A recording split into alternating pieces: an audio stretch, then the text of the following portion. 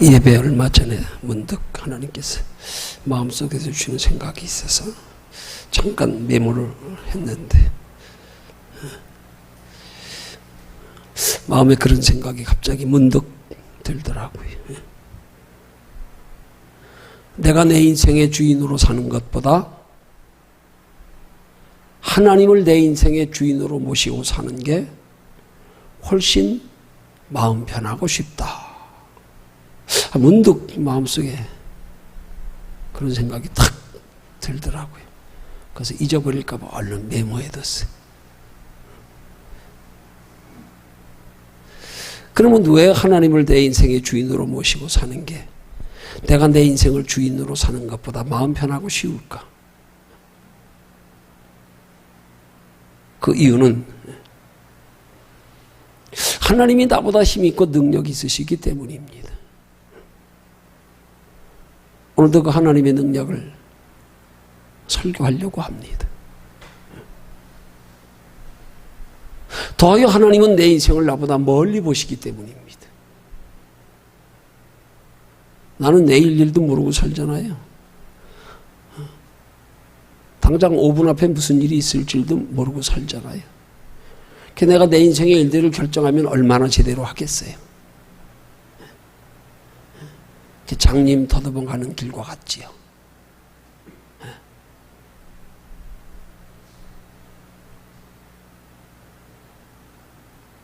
왜 하나님을 내 인생의 주인으로 모시게 사는 게 내가 내 인생의 주인으로 사는 것보다 쉬울까? 하나님을 내 인생의 주인으로 삼을 때 그때 하나님이 내 인생을 책임져 주시기 때문입니다. 여러분, 이게 단순한 믿음의 원리인데 아주 깊은 믿음의 원리예요. 근데 정말 단순한 거예요. 우린 너무 단순해서 잘못 믿는 것 같아. 너무 단순해서. 하나님을 내 인생의 주인으로 삼는 게 이게 믿음이에요. 이게 하나님이 우리를 창조하셨음을 믿고 우리의 인생의 생사화복을 하나님이 주장하심을 믿고 우리 앞에 영원한 다음 세상이 있음을 믿는 성도의 마땅한 신앙생활의 기본 원리란 말이에요. 그 하나님을 내 인생의 주인으로 삼으면 내 믿음대로 될지어다. 네가 나를 네 인생의 주인으로 삼는구나. 알았어. 네가 그렇게 삼았기 때문에 내가 네 인생 책임져 줄게. 그게 성경적인 하나님의 단순한 축복의 원리입니다. 내 믿음대로 될지어다. 맡기면 하나님이 책임져 주십니다. 근데 우리가 믿지 못해서, 맡기지 않아서, 그래서 하나님이 우리 인생 책임져 주시지 못하는 거예요. 믿어지지 않는데, 맡기지 않는데 하나님이 책임져 주셔 본들, 여러분들 그게 하나님이 책임져 주시는 거라고 믿어집니까? 그게 느껴집니까? 그게 분별이 됩니까? 우리는 막연하게 생각하기를 내 인생을 하나님께 맡기면 마치 하나님께서 그저 내가 바라는 대로, 내가 원하는 대로 모든 일이 잘 되고 편안하고 늘 행복하고 그런 하나님이 내 인생을 행복하게 해주심의 기준을 내가 일방적으로 설정하고 있으니까 보일 수가 없는 거예요. 그래서 그렇게 안 되면 하나님이 내 인생 책임져 주시는 것 같지 않거든. 그렇게 안 될 때마다 하나님이 내 인생 책임져 주신다고 인정 안 하거든. 아니요. 하나님이 내 인생을 책임져 주심의 과정은 우리가 생각하는 기준, 우리가 바라는 기준하고 달라요. 왜요? 우리는 단순하게 우리가 하나님을 향하여 내 인생 책임져 주심의 바람과 소망과 기준을 잠시 이 땅의 육체로 사는 날 동안에만 기준 잡고 있잖아요. 근데 하나님도 우리 인생을 책임져 주시면 이 땅에서 잠깐 사는 것만 책임져 주시는 게 아니에요. 우리 앞에 예비된 하나님이 우리를 하나님의 형상으로 창조하신 목적다운 그 영원한 하나님의 나라에까지 영원한 행복이 되게 하시기 위한 책임을 져주시지요. 여기서 잠깐 책임을 주시는 게 하나님이 우리 인생 행복하게 해주시는 게 아니란 말이에요. 그게 책임져 주시는 게 아니란 말이에요. 그러니까 우리 기준하게 다를 수밖에 없잖아요. 우리 기준하고요. 하나님이 우리에게 우리가 바라는 기준보다 더 크고 영원한 것까지 책임져 주시라고 하는 하나님의 인생 계획에는 그 영원한 것까지 책임져 주시는 인생의 과정에서는 때로는 우리가 예기치 않는 방법이 있고 예기치 않는 길이 있고 우리와 시기가 다르단 말이에요.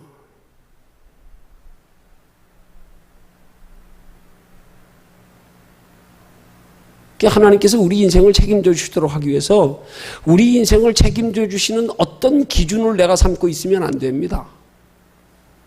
네. 그러면 하나님이 설사 우리 인생을 책임져 주신다 그래도 깨닫지 못해요. 믿어지지 않아요. 인정할 수 없어요. 왜? 내 기준이 다른데 뭘. 내가 원하는 대로 안 되고 있는데 뭘.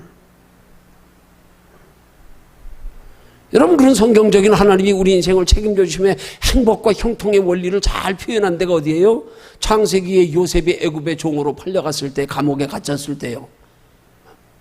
우리가 볼 때는 얼마나 불행한 인생입니까? 끝난 인생 아닙니까? 11 형제들 가운데 제일 막내로 태어나서 아버지의 유독 사랑을 혼자 다 받으며 형들은 다 들판에 나가서 목동으로 늘 하루 종일 일할 때 채색 옷 입고 날마다 아버지 품 안에서 편안히 있던 요셉이 형들의 시기로 애굽의 종으로 팔려갔어요. 인생 끝났잖아요. 종으로 팔려갔다가 주인에게 좀 신뢰받고 이제 조금 가정에 총무되어서 조금 편하게 지낼만 하니까 그 보디발의 아내가 유혹함에 거절함으로 모함당해서 또 옥에 갇혀버리고요. 인생 끝났잖아요. 근데 성경은 뭐라고 말씀하던가요? 그 종으로 팔려간 상황에서도 하나님이 요셉에 함께 하심에 형통한 자가 되었더라. 지금 종으로 있어요. 먼 이방인의 나라로 팔려가가지고. 근데 하나님이 함께 하시면 형통한 자가 됐대요. 감옥에 갇혔을 때도 여전히 하나님은 요셉과 함께 하심에 형통한 자가 되었다고 성경이 말씀합니다. 우리 인생을 우리가 행복하기를 바라는 기준에서 하나님을 바라보면 하나님이 우리를 행복해 주시는 인생의 모습이 우리 눈에 보이지 않는단 말이에요. 이게 믿어지지 않는단 말이에요. 왜 우리가 하나님 안에서 평안을 누리며 살지 못하느냐? 기준이 달라서 그런 것뿐이에요. 기준이요. 하나님의 기준과 내 기준이 달려서 내 바람과 하나님의 나를 향한 바람이 달라서 이래서 우리가 행복을 못 느끼는 거예요. 이것만 하나님과 초점이 맞추어지면, 코드가 같아지면, 이 하나님이 우리 인생을 책임져 주심에 대한 믿음만 생기면 시편 23편의 시편 기자의 고백처럼 내가 사망의 음침한 골짜기로 다닐지라도 해를 두려워하지 않을 것은 주께서 나와 함께 하심이라. 이런 고백이 가능하단 말이에요. 지금 어디서 고백합니까? 내가 사망의 음침한 골짜기로 다닐지라도, 지금 내가 다니는 사망의 음침한 골짜기는 내 인생의 육신적으로 볼 땐 불행입니다.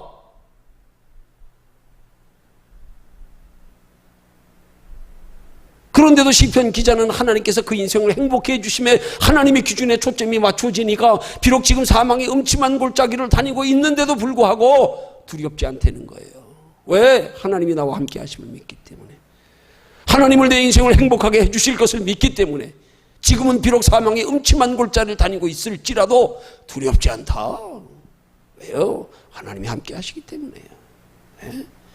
여러분, 믿음은 하나님이 내 인생을 행복하게 해주시는 하나님의 계획에 관심을 가지고 거기에 초점을 맞추고 그거 믿고 사는 거예요. 그게 믿음이에요. 내가 바라고 소망하는 것 가지고 내가 원하는 거 이루길 바라고 하나님 믿는 거, 그건 믿음 아니에요. 그건 종교 생활이에요. 그건 다른 종교도 다 있어요. 아무 신이나 만들어 놓고 그냥 나 원하고 빌면 되고. 그건 신앙 아니에요. 맡기지 못해서 인생이 행복하지 못한 거예요. 맡겨보세요. 행복할 수밖에 없지요. 내일 죽는다 그래도 행복한 거지요. 뭐 더 좋은 데 가는데. 우리 여기 살라고 사는 거 아니잖아요.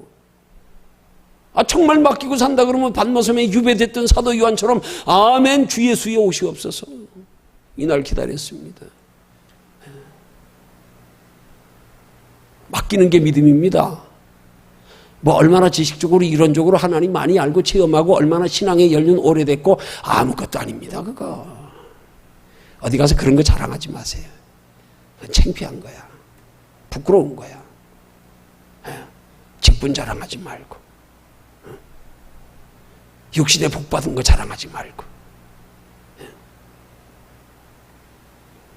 그 복 때문에 하나님 멀리하고, 그 복 때문에 종교적인 신앙생활하고, 그 복 때문에 교만하고, 그 복 때문에 내 영혼이 멸망하는 것도 모르고, 그냥 그 복이 겨워가지고 좋다고 편하다고 어리석은 부자처럼, 그 신앙 아닙니다. 아니 기왕 신앙생활하는 거면 바로 알아야죠. 바로 알아야지. 하나님과 진리를 아는데 뭘 부끄러울 게 어디 있어요. 알아야지요. 알아야지요. 오늘 서론이 길어지났다. 예. 본문에 들어갑니다. 오늘 주보상의 말씀의 제목은 전능하신 하나님입니다. 말씀의 제목이 좀 길어서 요약했는데 원래 제가 정한 제목은 전능하신 하나님의 능력이 내게서 나타나게 하는 신앙생활입니다. 어떻게 하면 전능하신 하나님의 능력이 내 삶 속에서 나를 통하여 하나님이 나타내 보여주실까? 거기에 대해서 살펴보고자 하는 오늘 말씀의 요지입니다. 본문의 내용은 우리가 기본적으로 잘 많이 보고 들은 말씀이라 굳이 설명하지 않아도 아는 말씀이에요. 네. 이스라엘 백성들이 애굽의 압제 가운데서 벗어나서 홍해 바다를 건너기까지의 과정에서 이스라엘 백성들과 애굽의 바로 왕 앞에서 애굽의 군대들 앞에서 하나님의 전능하심을 나타내 보이신 사건의 내용. 네. 오늘 이 말씀 통해서 살펴볼 영적인 교훈의 내용은 먼저 큰 첫 번째로는 전능하신 하나님은 구체적으로 어떻게 전능하신 하나님인가? 여기에 대해서 세 가지로 살펴보고요. 그 다음 큰 두 번째로는 어느 때 하나님께서 전능하신 하나님의 능력을 우리의 삶 속에서 나타내 보이시는가? 여기에 대하여 또한 세 가지로 살펴보면서 이제 전능하신 하나님의 능력이 내게서 나타나게 하는 신앙생활 하는 제목으로 함께 은혜 나눕니다. 영국의 소설가이자 문명 비평가인 H.G. 웰스라고 하는 사람이 쓴 대주교의 죽음 하는 단편 소설이 있습니다. 아주 짧은 내용의 글입니다. 대주교는 날마다 습관처럼 대성당에 들어가서는 늘 이런 기도를 했답니다. 오 전능하신 하나님이여 내게 말씀하옵소서. 한평생을 수십 년 기도하면서 늘 기도할 때마다 같은 말로 첫 마디가 오 전능하신 하나님이여 내게 말씀하옵소서. 그렇게 기도했답니다. 그러던 어느 날 하늘에서 음성이 들렸답니다.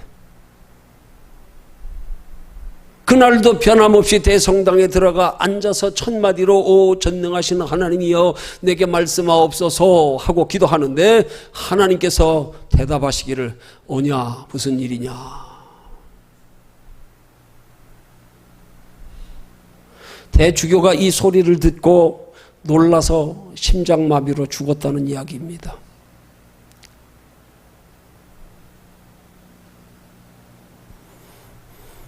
지어낸 짧은 이야기지만 우리 한 번쯤 깊이 생각해 보게 하는 이야기란 말입니다.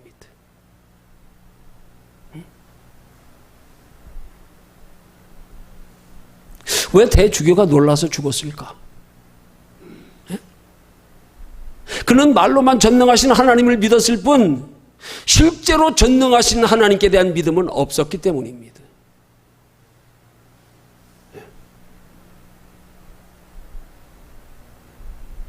머리로만 아는 전능하신 하나님께 날마다 기도는 하면서도 그 기도에 응답하시리라는 기대와 소망이 없었기 때문입니다. 그러니까 놀란 거예요. 기대하지도 않았는데, 예상치도 않았는데, 바라지도 않았는데, 꿈에도 응답하리라고는 생각도 못했는데 그냥 형식적으로 습관적으로 오 주여 내게 말씀하시옵소서. 지금 이 시대의 그리스도인들이 이렇게 살고 있는 그리스도인들이 얼마나 많은지 모릅니다. 하나님께 대한 믿음도 없이 하나님이 내게 말씀하시리라는 응답하시리라는 기대와 소망도 없이 그냥 형식적으로 신앙생활.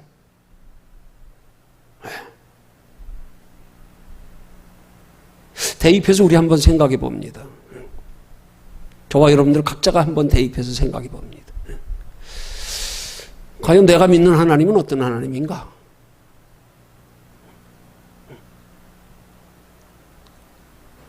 전능하신 하나님에 대한 능력에 대한 나의 믿음은 어떤 믿음인가?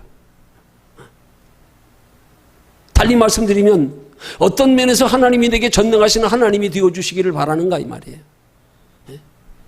여러분 어떤 면에서 내게 전능하신 하나님이 되어주시기를 바랍니까? 어떤 면에서요? 하나님 내게 전능하신 하나님이 되어주세요. 구체적으로 어디에서요? 어디에서요? 이 땅에서요? 어디에서요? 하나님의 나라에서요? 어디에서요? 이 땅에서 그냥 육신적으로요?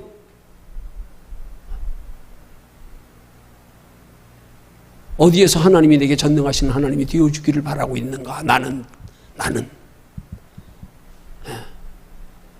오직 이 땅에 잠시 사는 동안에 육신적으로만 내가 바라고 소원하는 것만 이루어주시는 일에 내가 할 수 없는 일에 하나님이 전능하신 하나님이 되어주시기만 바랍니까? 그건 하나님 섬기는 게 아니에요. 그건 우상 섬기는 거예요. 그 하나님을 잘못 알고 섬기는 거예요.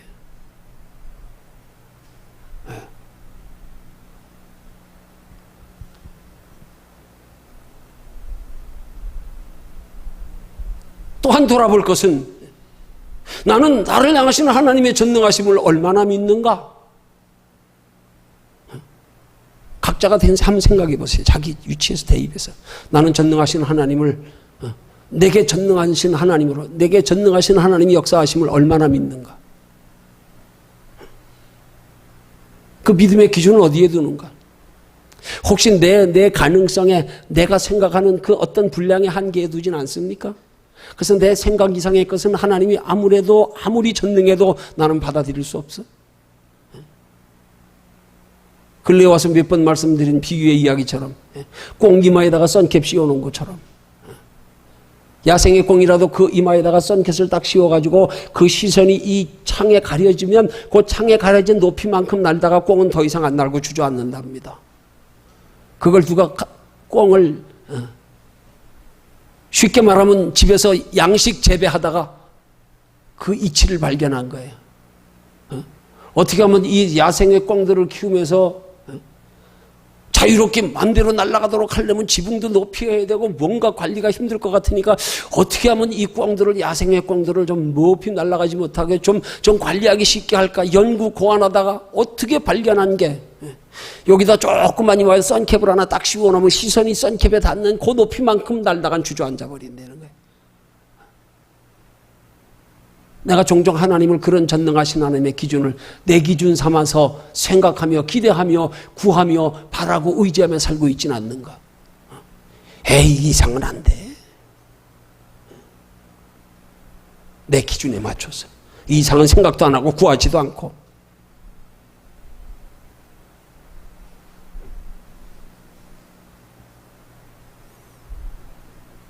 과연 나는 하나님께 기도하면서 전능하신 하나님이 내 기도에 응답하시리라는 기대와 소망을 가지고 기도하는가?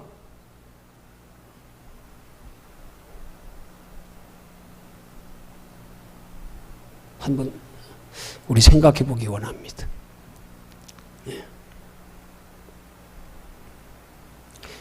그걸 다른 말로 표현하면 객관적인 믿음 혹은 주관적인 믿음이라 그러는 거예요.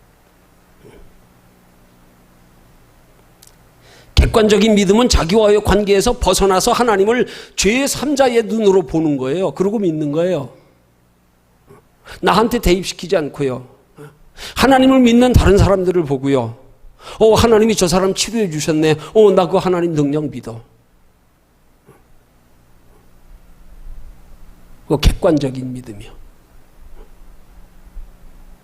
비교해서 주관적인 믿음은 자기와의 관계에서 하나님을 바라보는 거예요. 그럼 앞서 말씀드린 객관적인 믿음과의 차이가 뭐겠어요? 다른 사람을 통하여 하나님이 역사하셔서 병 치료해 주시는 건 믿어. 그런데 내게 있어서 하나님이 내 병 치료해 주시는 건 못 믿어. 그것은 나는 하나님께 감히 구하지 않아. 안 믿어지는데 뭘. 다른 사람 치료해 주시는 건 믿어. 근데 나 치료해 주시는 건 못 믿겠어. 그래서 난 병원 가야 돼. 난 약 먹어야 돼. 난 내 방법으로 해야 돼. 이게 객관적인 믿음과 주관적인 믿음의 차이란 말입니다. 내 믿음은 과연 객관적인 믿음인가 주관적인 믿음인가?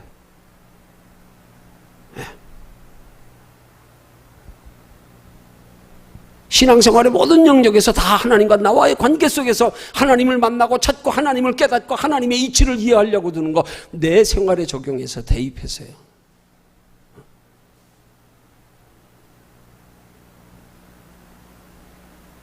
그렇게 말씀의 홍수 속에 살아가면서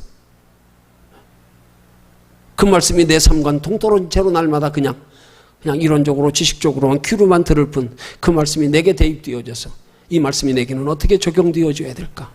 내가 이 말씀대로 내 주어진 환경과 여건에 내 직업이나 내 어떤 모든 것에서 어떻게 적용하며 살아가는 게 이 말씀대로 살아가는 걸까? 얼마나 생각하며 신앙생활하고 있는가?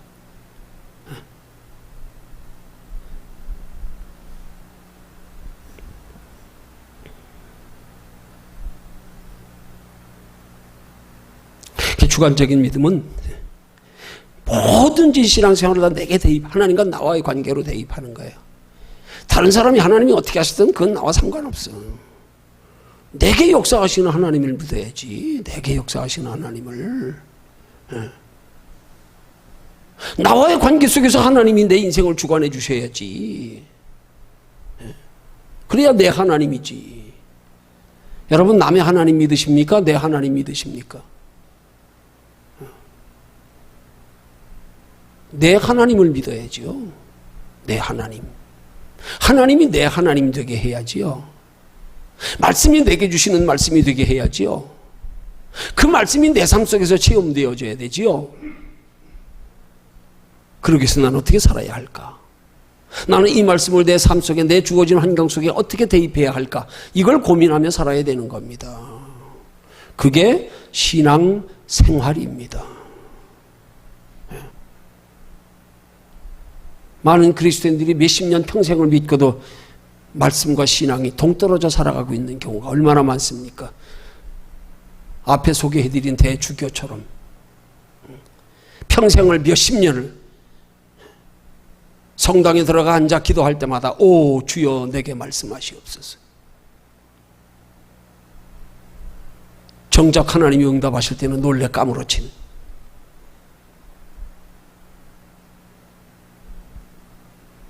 이건 신앙 아니죠. 그냥 머리로 아는 것뿐이죠. 세상 지식처럼.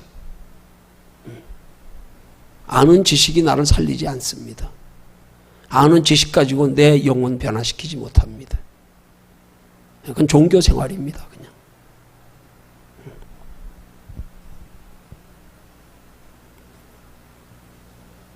자, 그러면 우리가 전능하신 하나님을 그렇게 내 삶 속에서 전능자로 모시고 살아가기 위해서 알아야 할 것, 우리가 주관적인 믿음 가지고 행하는 신앙생활에 대해서 알아야 할 것, 세 가지가 있습니다. 그건 뭐냐면 과연 내게 있어서 전능하신 하나님은 어떤 면에서 전능하신 하나님인지를 알아야 내게 대입시킬 수 있단 말이에요. 자, 첫 번째로 하나님은 어떻게 전능하신 하나님인가? 자연을 다스리시는 전능하신 하나님입니다. 하나님은 자연을 다스리십니다. 물론 자연 다스리는 거 우리 잘 알죠. 성경을 통해서요. 얼마나 잘 압니까? 오늘 본문을 통해서도 알 수 있잖아요. 애굽 전역에 10가지 재앙을 내리실 때 이스라엘 백성들이 거하는 고센 땅에는 하나도 재앙이 임하지 않았습니다. 왜? 자연까지도 다스리고 주장하시니까. 이스라엘 백성들을 홍해바다 건너게 하실 때 이스라엘 백성들은 갈라져 마른 땅이 된 홍해를 건너게 하시고 뒤따르던 애굽 군사들은 모두 바다에 수장시켜 버리시는 하나님. 자연까지도 다스리시니까. 또 두 번째로 어떻게 전능하신 하나님이십니까? 자연만 다스리시는 게 아니라 사람까지 다스리시는 전능하신 하나님.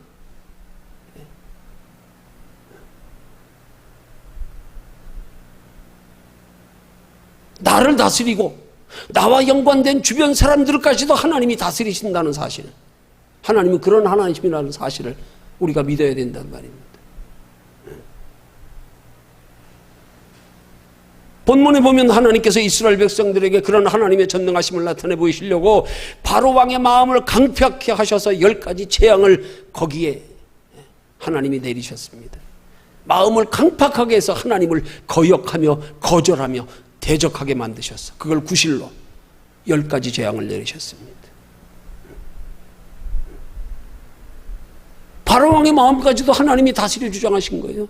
바로왕의 마음을 강팍하게 하신 것도 하나님이 하신 거라 이 말이에요. 그 사람까지 다스리신다니까 그렇게. 우리가 야곱과 에서를 통해서도 보면 또 잘 알 수 있는 것이죠.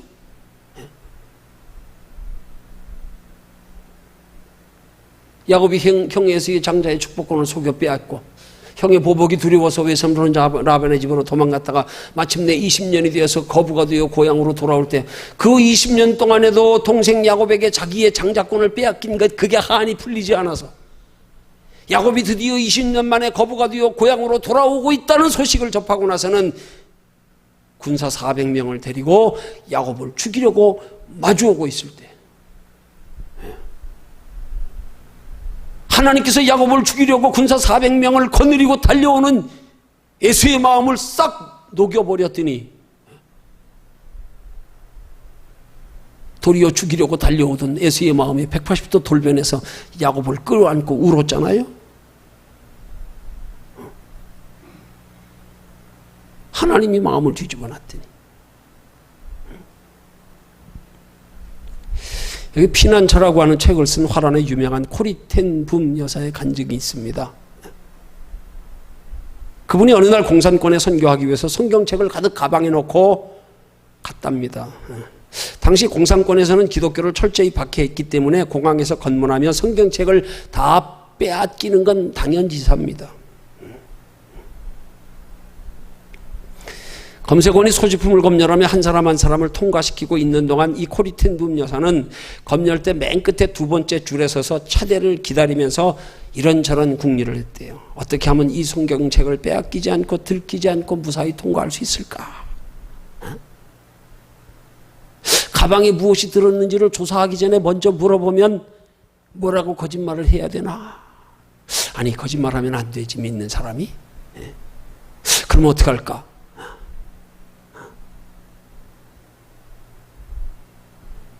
궁리 끝에 속으로 기도를 했답니다. 주여, 천사를 보내어 저를 도와주셔서 들키지 않게 하시고 성경책을 빼앗기지 않고 무사히 통과하게 해주세요.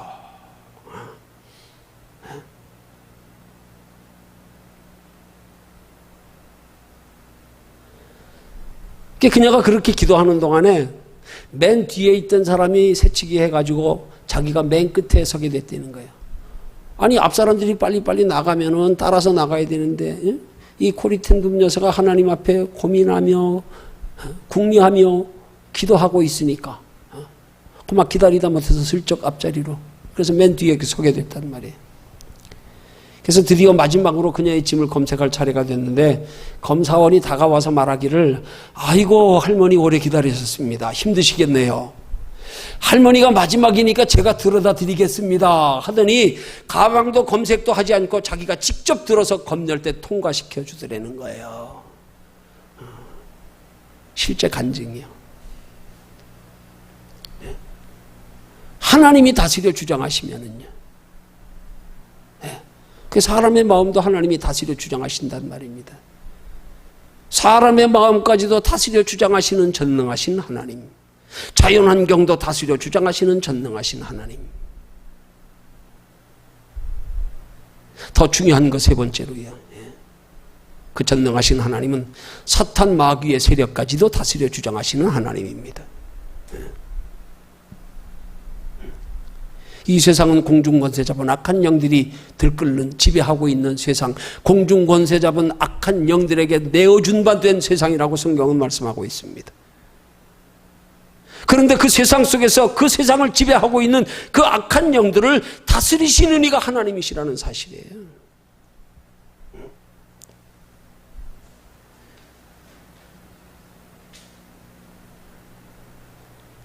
그래서 사울이 다윗을 시기하여 죽이려고 할 때마다 성경은 그 배경을 그렇게 여호와께서 부리시는 악신이 사울의 마음에 들어가서 다윗을 시기하여 죽일 마음을 불어넣게 몇 번을 죽이려고 하다가 실패했잖아요. 욥기서에도 보면 하나님께 사단 앞에서 욥의 믿음을 자랑하면서 사단이 하나님께 변론하여 말하기를 욥이 까닭없이 하나님을 경외하겠습니까? 그 하나님이 복 주시니까 그렇지요. 한번 복 좀 뺏어보세요. 과연 그래도 하나님을 경외하나요? 그럴 때 하나님이 사단에게 뭐라 그랬어요? 그래, 한번 시험해봐라. 시험해봐라. 근데 어떻게 시험하라고요? 생명은 건드리지 마라. 딱 선을 꺼놓으셨잖아요. 사탄 마귀도 하나님이 다스려 주장하십니다. 우리의 삶에 종종 보이지 않게 우리의 마음속에, 생각 속에, 환경 속에, 인간관계 속에 사탄 마귀가 우리를 괴롭히며 까불릴 때가 얼마나 많은지 모릅니다. 우리는 배후에 그것이 사탄 마귀가 조절하는 건지도 모른 채로 당할 때가 얼마나 많은지 몰라요. 그러나 이 원리를 알면은요, 저 마귀도 하나님이 다스려 주장하시는 거야. 그거 알면 우리는 마귀 두려워하지 않습니다. 그러면 환경 두려워하지 않습니다. 그걸 다스려 주장하시는 이가 하나님이심을 알면 어떤 환경 속에서도 그걸 다스려 주장하시는 하나님을 두려워하지요.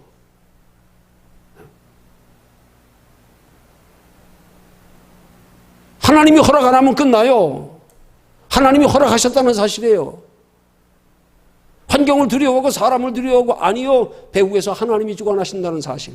그거 아는 사람은 환경이 두려워도 환경보다 먼저 그 환경을 다스려 주장하시는 하나님을 의식한단 말이에요. 이것도 하나님이 다스려 주장하신다. 환경을 두려워하는 사람과 환경을 다스려 주장하시는 하나님을 두려워하는 사람은 똑같은 환경 속의 두려움의 상황에서 반응이 달라요. 달라요. 그 두려워할 수밖에 없는 환경을 하나님이 다스려 주장하시면 깨닫지 못하는 사람은 날마다 그 환경에 굴복하고 환경에 전전긍긍하여 어떻게 하면 환경을 피할까, 어떻게 하면 환경을 모면할까, 어떻게 하면 내 수단 방법으로 이 환경을 벗어날까, 그렇게만 궁리하고요, 두려워하면서요. 그러나 그 환경을 다스려 주장하시는 이가 하나님신을 아는 사람은 달라요. 환경을 보지 않습니다. 하나님 편에서 바라봅니다. 환경이 두려워도 환경을 두려워하는 게 아니라 그 다스리시는 하나님을 두려워하며 하나님의 거룩한 두려움 가지고 그 환경이 벗어나지고 해결되기를 바라도 하나님께 바란단 말이에요. 하나님의 방법으로 해결하려고 그런단 말입니다. 그럴수록 하나님을 가까이 한단 말입니다. 환경을 하나님이 두세 다스려 주장하심을 알지 못하니까 그 환경을 자기를 지금 두려워하게 만드는데 까불리는데도 밀어내가지고 환경으로 피하잖아요. 환경으로. 그게 날 까불에 다스려 주장하면 빨리 그 환경을 피하려고 그래야지 왜 그 환경 속에 뛰어들어가요? 세상이 힘들고 어려우면 세상에서 멀어져야지 왜 세상에 더 들어가요? 하나님께 피해야지요.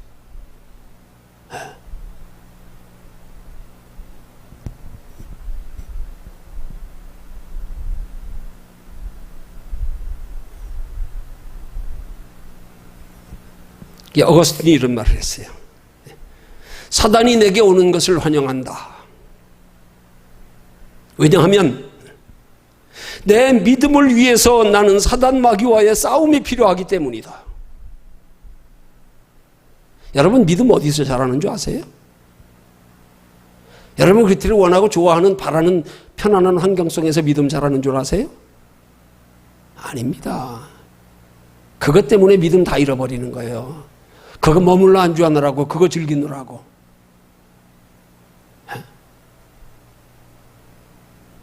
우리 하나님의 자녀된 성도는 세상 속에서 그 환경과 싸우고 그 환경 가운데서 하나님을 의지하고 하나님께 도움을 구하고 하나님 안에서 그 방법, 해결할 방법을 찾으면서 믿음이 자라는 거예요.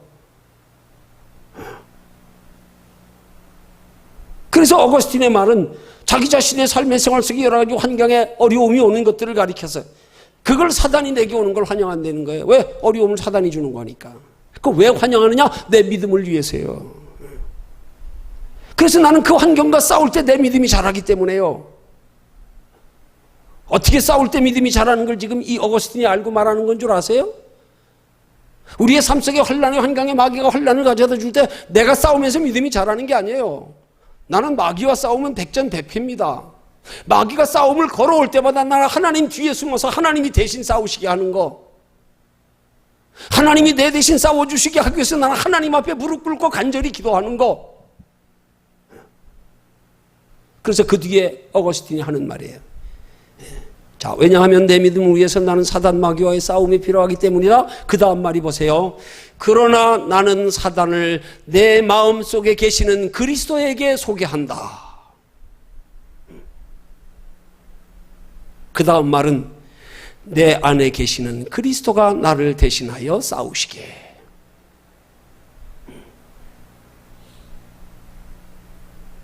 나를 대신하여 하나님이 사단 마귀와 싸워주시게 하게. 그래서 나를 대신하여 사단 마귀와 하나님이 싸워주시게 하도록 하기 위해서 내가 하나님을 의지하고 하나님께 매달려 간절히 기도하며 도움을 구하면서 나는 믿음이 자라간단 말입니다. 편안한 환경이 예수 믿는 사람에게 결코 좋은 환경 아닙니다. 편안하기를 바라지 마십시오. 우리 고요인물이 썩는다는 말은 잘 알잖아요. 그죠? 신앙도 마찬가지입니다. 편하면은요, 장사 없어요. 목사 하랩이라도 장사 없어요.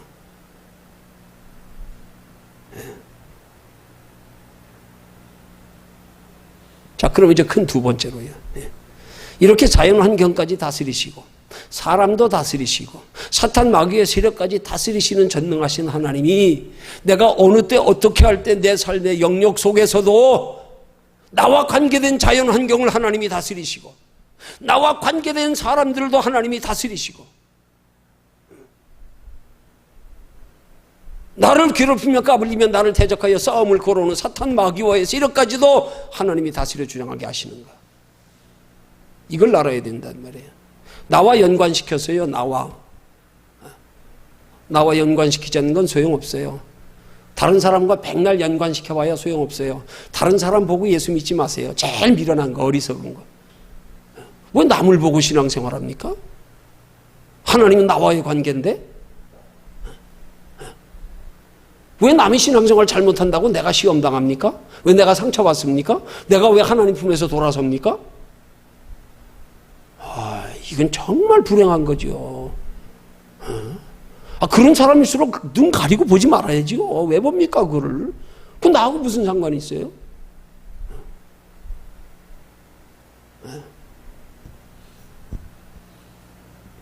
오늘 말씀의 초점이 여기입니다, 지금. 큰 두 번째 항목. 자연도 다스리시고, 사람도 다스리시고, 사탄 마귀까지 다스려 주장하시는 하나님, 그 하나님이 어떻게 하면 나와의 관계된 자연 환경, 나와 관계된 사람들, 인간관계, 나와 관계된 자연 환경까지 사탄 마귀의 세력까지 다스려 주장하셔서 나를 지켜보호하시며 나를 영역간에 유익되게 하시며 내게 복이 되게 하실까? 이거 알지 못하면 하나님 아무리 능력이 있으셔서 자연도 다스리고 사람도 다스리고 마귀도 다스리는 거 알아도 소용없어요. 알면 뭐예요? 나한테 적용 못하면 끝이지. 적용 못하면 소용없어요.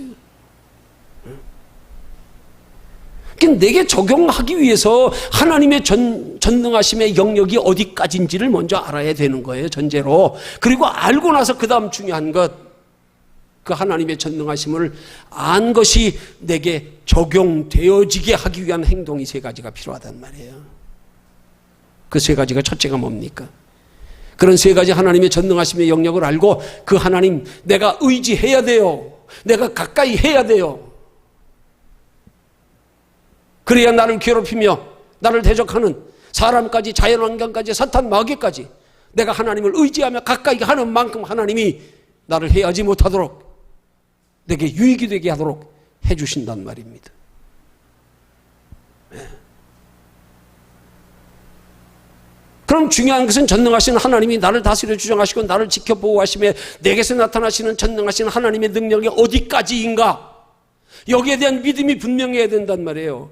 자연도 다스리고 사람도 다스리고 사탄 마귀까지 다스리시는 하나님인데 그렇다면 우리에게 어떻게 대입해야 되겠어요? 간단한 거 아니에요?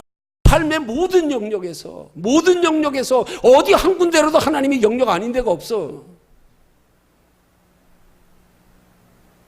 내 삶의 전 영역에서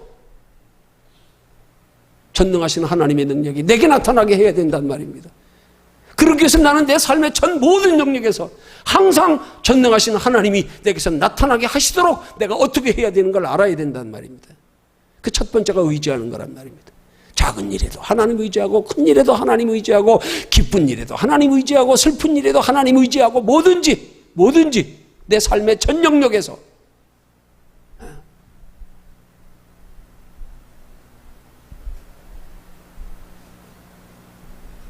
두 번째는 그런 하나님의 전능하심에, 그 전능하심이 내게 나타나게 하기 위해서요.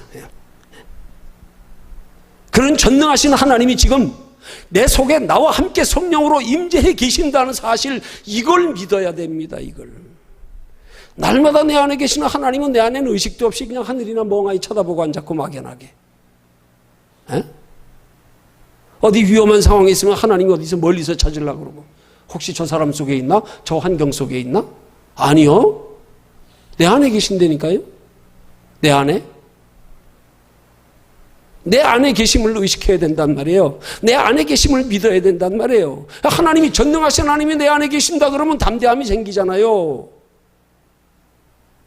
그것만 믿고 의식하면 돼요. 하나님 내 안에 계신다. 하나님이 내 안에 계시는데 어디를. 애들도 아버지 없이 혼자 다니면서 자기보다 힘센 친구한테는 꼼짝 못하고요. 눈치 실실 보다가 어느 날 아빠하고 손 딱 잡고 가다 자기보다 힘센 친구 만나면 큰 소리 친다니까. 왜? 아빠 옆에 있으니까. 안 그래요? 기회는 이때다 하고. 까불지 마 너. 평소에는 꼼짝도 못하다가. 왜? 아버지 손 잡고 가니까. 아버지 옆에 있으니까. 하나님 여기 있다니까. 여기 계신다니까요. 이걸 얼마나 의식하느냐 이 말입니다. 얼마나 믿느냐 이 말입니다. 하나님의 존재를 믿는데 내 안에 계시는 건 믿지 못해. 그러면 이건 아니에요. 여기서 찾으세요. 여기서 멀리서 찾지 말고요. 하나님.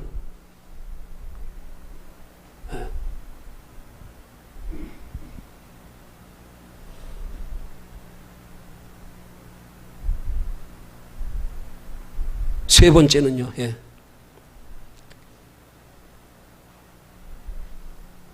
내 모든 삶의 영역에서 하나님의 전능하심이, 내가 모든 삶의 영역에서 전능하시는 하나님이 내게 역사하신다는 사실에 대한 믿음으로 의지하면서 내 안에 계심을 알았으면, 그 다음번에 그 전능하신 하나님이, 내 안에 계시는 하나님이 내 삶의 영역 안에서 나타날 수 있도록 내가 하나님께 믿음을 보여야 된단 말입니다. 그냥 내 안에 계시는 것으로 가만히 있는데 나타나시는 게 아니에요. 내 안에 계심을 알고 믿고 나타나게 해야 된단 말입니다. 하나님 나타나 주세요 해야 된단 말입니다. 구해야 된단 말입니다. 그 나타나게 하는 게 뭐예요? 그게 말씀이고 그게 기도란 말입니다. 내가 하나님의 말씀에 순종할 때에 전능하신 하나님은, 내 안에 계시는 하나님이 내게서 나타나서 전능하심을 나타내 보이신다니까요. 나와 관계된 자연 환경도 다스려 주장하셨어요. 전화위복되게 하시고 선한 길로 풀려지고 열려지는 역사 있게 하시고요. 나를 돕는 자 붙여주시고요. 사탄 마귀도 내가 괴롭히지 못하도록 하나님이 막아주시고요. 언제요? 내가 하나님의 말씀대로 살 때요. 기도로 하나님께 구할 때요. 기도로 구할 때요. 여러분, 하나님이 살아계심을 알고 함께 계심을 아는 것만 가지고 신앙생활이 다라 그러면 기도할 필요 뭐 있어요? 기도 안 해도 돼요. 뭐 아는데 뭘 다 뭐. 아는 게 기도 없으면 소용없어요. 기도 없으면 소용없어요. 그래서 주님 우리에게 쉬지 말고 기도하래요. 그래서 구하러 얻을 것이요, 찾으러 만날 것이요, 두드리라 열릴 것이라고 말씀합니다. 시험에 들지 않게 깨어 기도해라. 항상 기도해라. 기도할 때요, 구할 때요. 너희가 얻지 못하면 구하지 아니하며, 기도하지 않으면 하나님 들어주실 수 없대요. 언제 기도하실랍니까? 문제 터지면 그때요? 늦었어요. 미리 기도를 쌓아놔야지. 시험에 들지 않게 깨어 기도하라. 시험에 든 다음에 기도하려면 소잃고 외양간 고치는 거예요. 고생할 대로 다 하고. 등 따시고 배부를 때 기도 열심히 하십시오.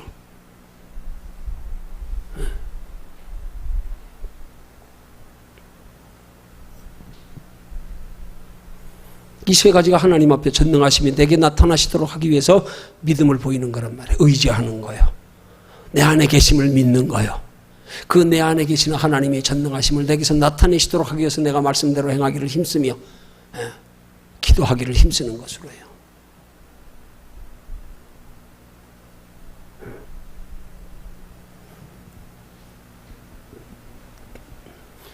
전능하신 하나님의 능력의 손길은 하나님의 말씀과 기도를 통한 믿음의 행위를 통해서 하나님이 나를 위해서 움직여 주시는 거라는 사실을 잊지 마십시오. 그래서 우리의 생활에 말씀과 기도가 소중한 거예요. 그게 우리의 신앙생활의 기본인 거예요. 기본이 소홀히 되면 아무것도 안 됩니다. 기본이 소홀히 되면 자주 말씀드리지만 훌륭한 선수일수록 자기 실력이 점점 침체되고 실력이 떨어지면 다시 기본으로 돌아간다니까요. 기본. 씨름 선수들이 실력이 떨어지면 삿바 잡는 것부터 새로 훈련하고요. 야구 선수들이 실력 떨어지면 야구 방망이 휘두르는 것부터 자세부터 새로 다시 익히고요. 기본 소홀히 하고는 안 됩니다. 안 됩니다. 머리로는 알아요. 근데 몸이 안 움직여요. 이게 안 되면. 안 돼요. 마음은 원이라도 육신이 약해서.